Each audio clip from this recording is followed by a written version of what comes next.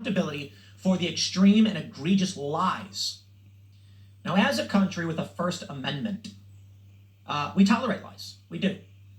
But within reason, meaning the reason why we tolerate lies is because we often don't know if someone is accidentally saying something incorrect. And the fear with many of these rulings we've seen, such as, say, Times v. Sullivan as it pertains to defamation, is that were we to not have free speech protections from civil engagements, lawsuits, well, then everyone would just sue everyone and only the wealthiest would be able to speak freely. So we do have some tolerance. But there is a limit. There is a limit. Let me jump into the story and explain to you where we're currently at and what's going on. First, by reading a tweet from Colin Rugg. Colin Rugg on X, co-owner of Trending Politics, says, Justin, Tim Pool is threatening to take legal action against the Harris campaign for threatening his safety. I will pause there and say it's for defamation, extreme reputational damage, my safety included, but there's a lot of factors to this we can get into.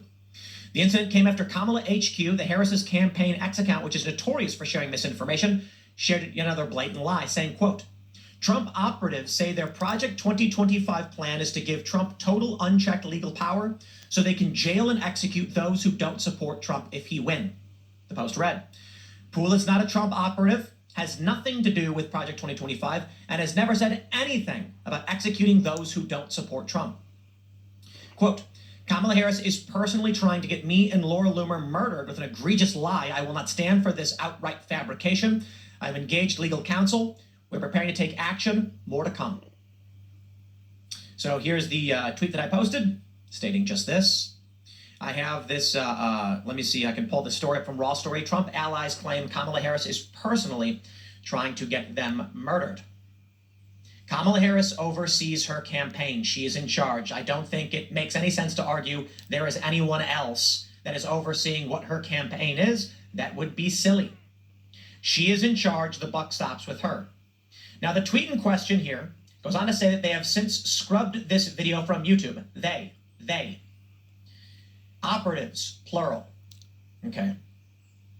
Now, I will stress for everybody, when it comes to matters of law, of course we know, in most circumstances, 99%, many people involved will understand you can't discuss these things. You don't discuss it, but unfortunately for me, this overlaps with my work, and I have no choice but to issue an immediate rebuttal at first opportunity due to this being a threat to our show, to my personal safety, to the safety of my staff, to my friends and family. It is shockingly beyond irresponsible. It is malicious and negligent to claim that I have called for the execution of people who don't support Trump. That is psychotic.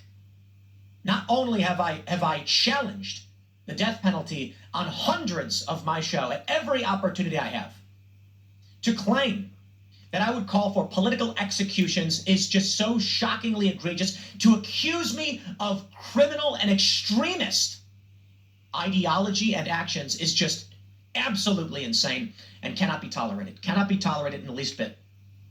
But I will play for you the clip. The 1 minute out of context clip that currently has 11.5 million views and growing. I will play for you the clip so you can hear it, and then I will break down exactly how this story emerges and provide you the full context. Should Democrats be in jail? No question. When Donald Trump gets elected, should he start locking them up? No question. Should there be lists of Democrats that need to go to jail? 100%. The reason for that is they've committed crimes. We need to make sure that when Donald Trump wins, we've got an attorney general, a deputy attorney general, a head of the CIA and the FBI. Kash Patel would be fantastic. We can have for attorney general, there's some names floating around, and then they can start having their investigators and the feds issuing subpoenas, pulling up evidence, and with real evidence, bring them to judges for warrants. Then these people can spend three years of their lives fighting tooth and nail for the crime against the government for crimes they committed, and we can prove. Yeah. And the reason why we put them on trial is that we can show the whole world we will uncover what you've done. We will make sure everyone knows, and you will be held accountable for it. Not just jail, they should get the death penalty. You know, we actually used to have the punishment for treason in this country. And the show ends.